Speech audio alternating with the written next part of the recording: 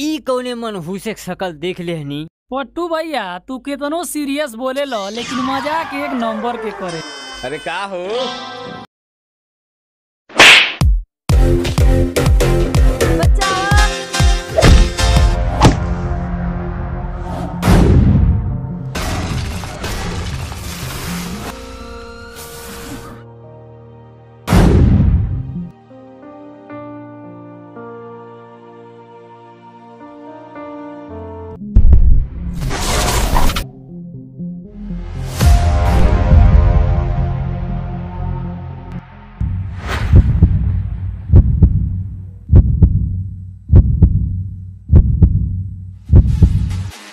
ओकरा के हमारा ताकत के अंदाजा नहीं खेलू।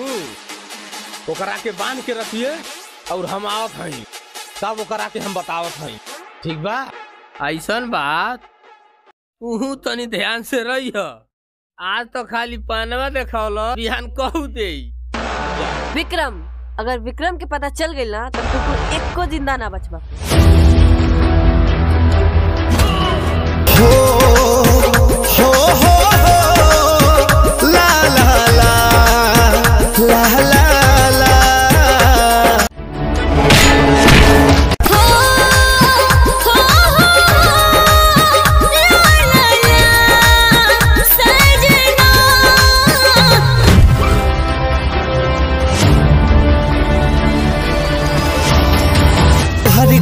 दिल नजरिया ये जान दिल दीवाना बनैले बा।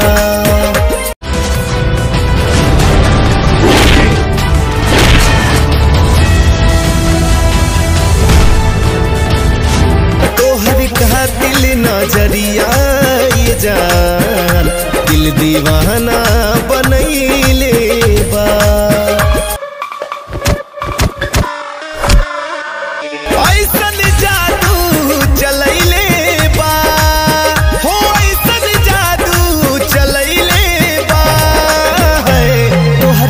दिल नजरिया ये जान दिल दीवाना बनैले बा।